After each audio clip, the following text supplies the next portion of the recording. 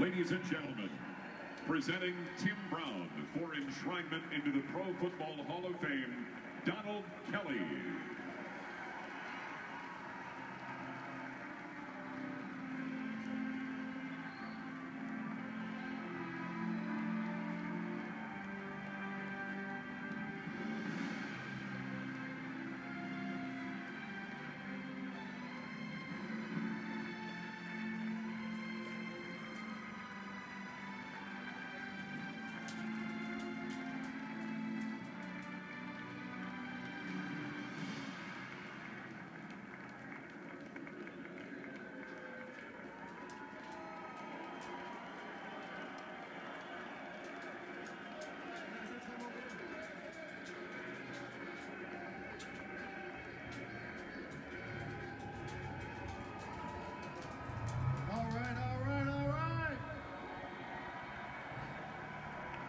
Raider Nation, I know we may be outnumbered, but I need to hear Raiders, Raiders, Raiders. Yeah, that's what I'm talking about. That's what I'm talking about. Now, I know Jerome is coming up and he's going to blow the house out, but I had to get that in. Oh, boy. You know, I say to my kids every morning when I wake them up, this is a day that the Lord has made, and we shall rejoice and be glad in it. And certainly, this is a joyous occasion. You know, this is an honor you just can't even think about. I mean, you play great football, but you don't ever look at yourself as being somebody who could be in the Hall of Fame. So I'm going to enjoy this honor, but on Monday, I'm going to really be able to enjoy this honor. It's been a lot of work, but it's been incredible work, and I can't wait to enjoy this for the rest of my life. Now, I'm not a preacher, but I have preacher tendencies. So, I mean, there are some things that I may want to say, but I'm not going to say them. I mean, it may be a good time for you guys to say things like, won't he do it, or look at God, or something like, but I'm not going to say it because I don't want to start preaching up here. But just hang in here with me, and let's see how this happens. You know, when I first had the opportunity to put on this gold jacket, I didn't know who the maker of the jacket was. And when I saw that name, it almost brought me to tears. Simply because this man has been an incredible part of my life for the last 31, 32 years before he passed away a couple years ago. The name that's on the inside of this jacket is Hager. And his family is here tonight. Lydia Novikov, his daughter's here. Dan Novikov, his son-in-law, is here. Daniel and Isabel. This family has been an incredible, incredible positive force in my life. And I just want to say thank you guys for all that you've done.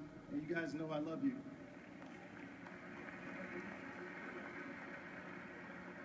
The power of positive people. It's amazing when you have positive people in your life, what can happen. You know, for me growing up, you know, having, you know, my mom and dad and my family be the family that they were to me, always treated me like Timmy and not Tim Brown.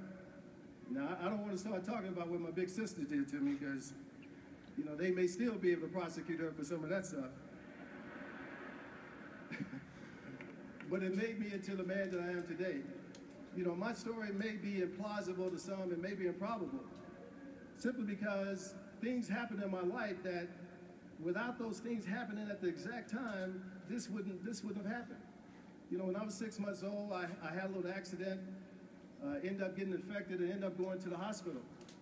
And they were talking about doing a tracheotomy on me and really doing some serious surgery. My mom, my grandfather, and my uncle, they prayed. The doctor gave me medicine. 2 hours later, you know, I was doing fine.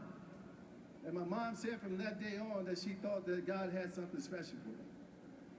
I don't know if she thought it was this special, but she knew that God had something special for me.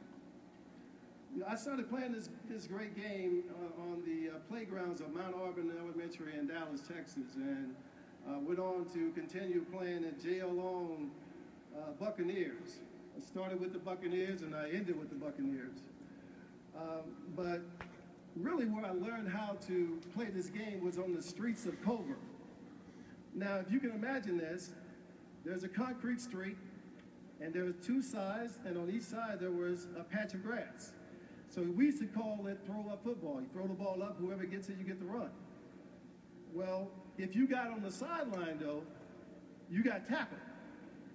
So thinking that, you know, you can grab a ball and run down the sideline and tackle the guy and land on the grass was not the smartest thing in the world. And it is the reason why I have all of these scars and all this. All this happened way before I got into playing real football. But it's because I learned how to juke and dodge guys and stay away from them sidelines. You know, I knew I had great ability and had the ability to make people miss, but we were losing football games. So I said to myself, all this talent must not be that good because we'd be winning football games. When I got to Woodrow Wilson High School, it seemed as if, where's my Wildcats at? Where you at, Wildcats? All right. When I got to Woodrow, it seemed like I got faster and the moves got better, but the losing increased. In my 3 years on varsity, I was 4-25-1. And I'm very proud of that one because we worked very hard for that one. You know, the only team we beat every year was Skyline, who was our rival team. And this is where the story starts to become a little improbable.